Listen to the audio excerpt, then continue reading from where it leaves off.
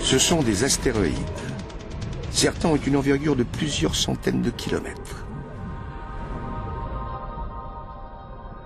Celui-ci doit bien faire 30 kilomètres. Mais regardez ça. Il n'a pas dû être facile de se garer sur un astéroïde qui se déplace à 80 000 km/h.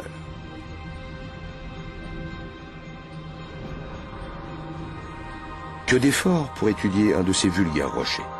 Il arrive fréquemment qu'ils se percutent entre eux, et ils font alors pleuvoir les météorites sur Terre.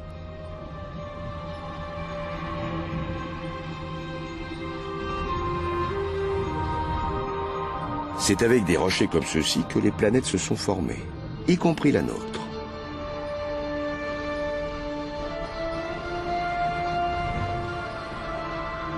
L'étude des météorites retrouvées sur Terre nous permet donc de pouvoir dater la naissance des planètes.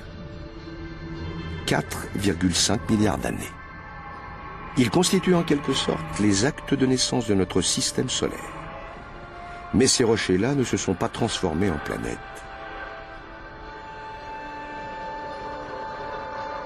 La force qui les en a empêchés doit être d'une puissance considérable.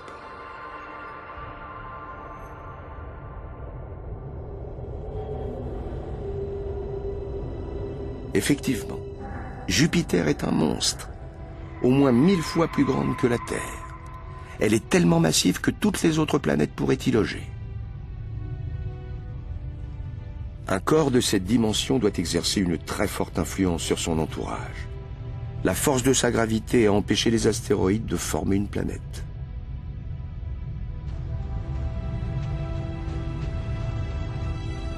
Cette géante est en majeure partie composée de gaz.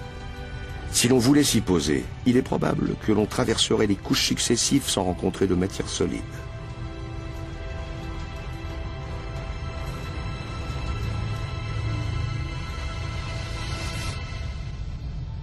Jupiter est de toute beauté, oui, et elle le doit à la violence de son climat. Elle tourne sur elle-même à une vitesse phénoménale, déclenche des vents de plusieurs centaines de kilomètres/heure, triture les nuages qu'elle déforme en longues bandes, en tourbillons, et en ceci, la célèbre grande tache rouge.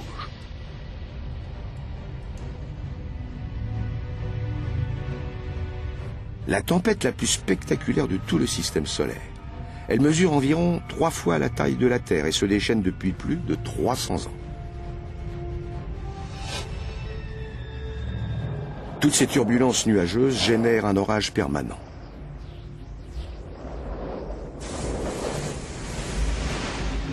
Un simple éclair est 10 000 fois plus puissant que ceux de nos orages terrestres.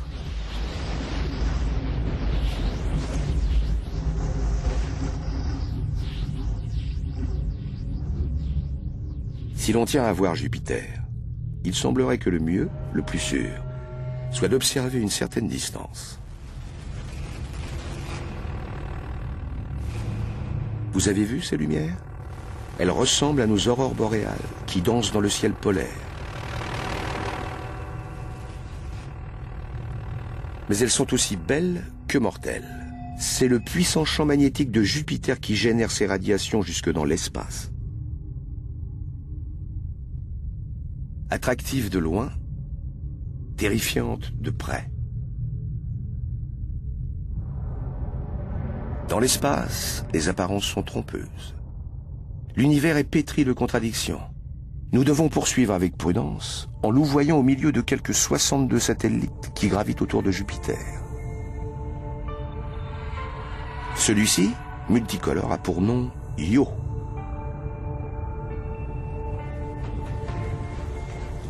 Mais à l'instar de Jupiter, sa beauté est superficielle. Ses couleurs chatoyantes sont celles des roches en fusion, du soufre et des volcans qui crachent leur cendre incandescente à des centaines de kilomètres. L'attraction phénoménale de Jupiter fait subir à Io des tiraillements d'une telle intensité que cela provoque la fusion des matières qui la composent.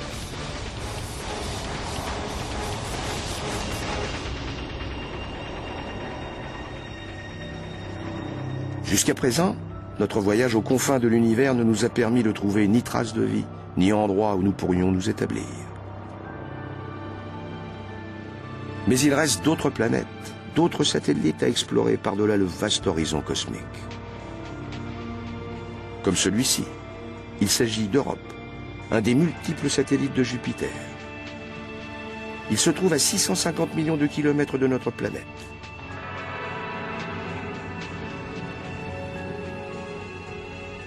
Quel endroit étrange. Pourtant, bizarrement, il nous rappelle quelque chose. On dirait un peu l'Arctique, avec cette sorte de banquise, ses stries, ses crevasses. Et si la ressemblance ne s'arrêtait pas là? Si cette banquise flottait, elle aussi, sur de l'eau liquide? Une hypothèse qui ouvre des perspectives.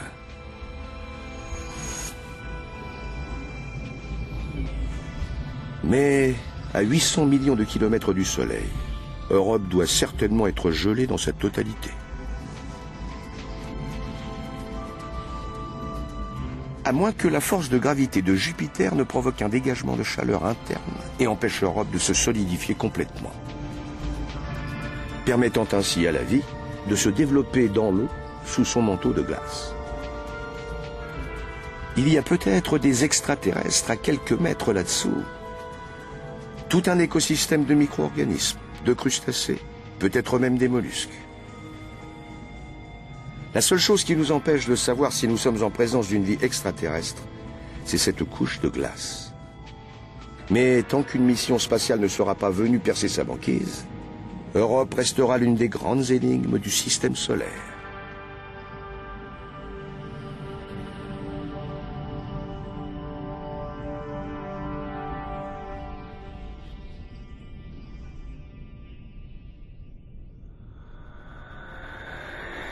De tout temps, cette planète a enflammé notre imagination et peuplé nos rêves. Et elle est là, devant nous, tournant sur elle-même.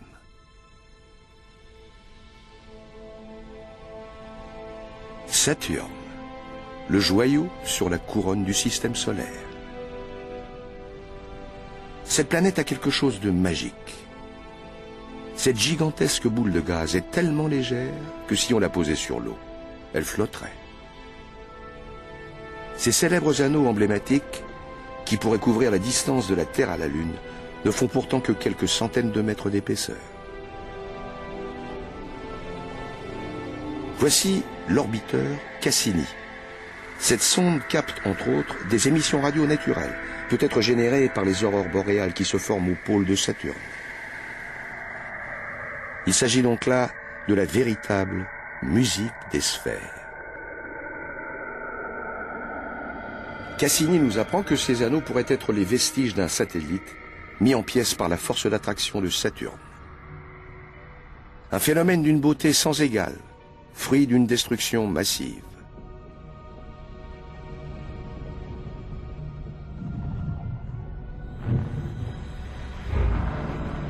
Des éclats de glace par milliards. Leur dimension varie de la taille d'un glaçon à celle d'une maison. Ils se percutent, éclatent en morceaux, puis s'assemblent à nouveau.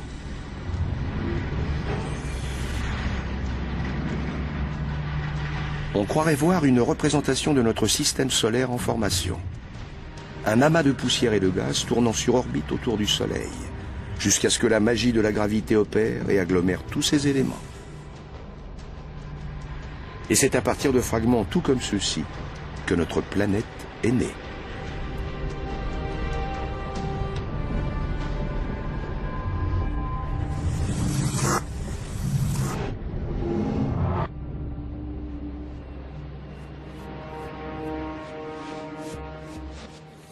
Tout objet qui décrit une orbite autour de Saturne est par définition un satellite. Du moindre fragment de glace à